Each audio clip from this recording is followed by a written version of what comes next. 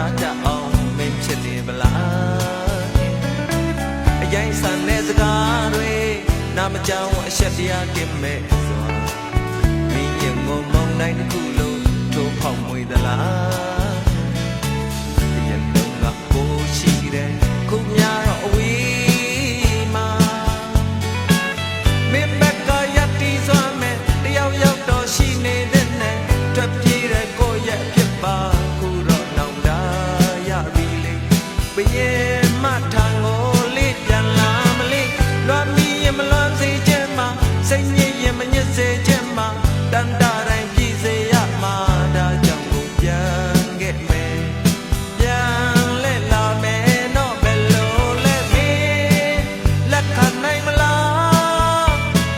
မင်းစီကြုံနိုင်မလား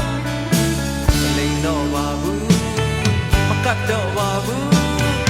ဒုတိယနဲ့နောက်ဆုံးတစ်ခေါက်ပါ